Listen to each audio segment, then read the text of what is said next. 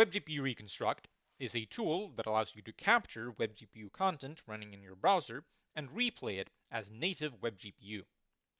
The latest releases are available on the releases page on GitHub.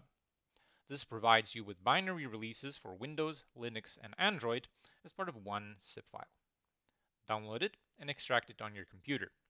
You will see that it contains two parts, a capture extension for your browser and a native replayer to replay capture files. To start capturing WebGPU content, we first need to install the extension in your browser.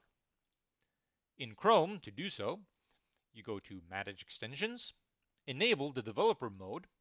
This allows you to load unpacked extensions. Click on Load Unpacked. Navigate to the folder where you extracted WebGPUReconstruct.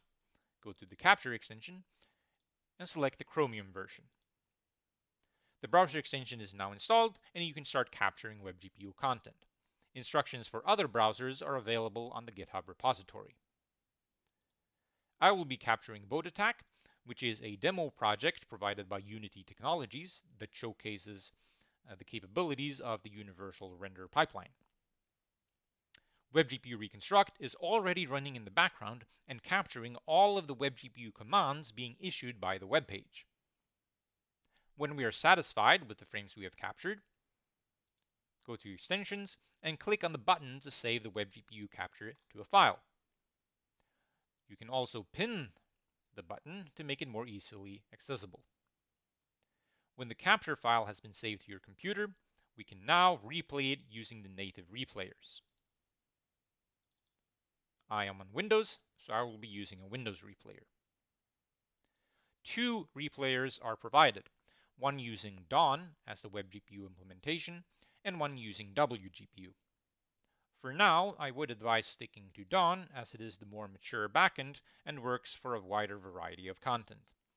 BoatAttack, for instance, does not currently work using the WGPU replayer. To use the replayer, we will run it and supply the path to the capture file that we saved. We can additionally supply some optional parameters, such as what the width and height of the window should be that we are rendering to. This only affects the window size. The internal rendering resolution will remain the same as whatever it was during the capture. Use --help to get information about more command line arguments. When we run the replayer, we are now replaying all of the commands saved in the capture file, but using native WebGPU. This means that you can use whatever native profiling or debugging tools that you prefer, such as RenderDoc, Pix, etc.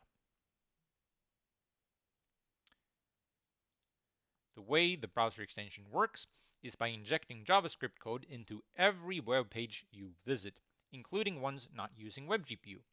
This will affect the performance of the browser, so when you are not using the extension, I would advise disabling it.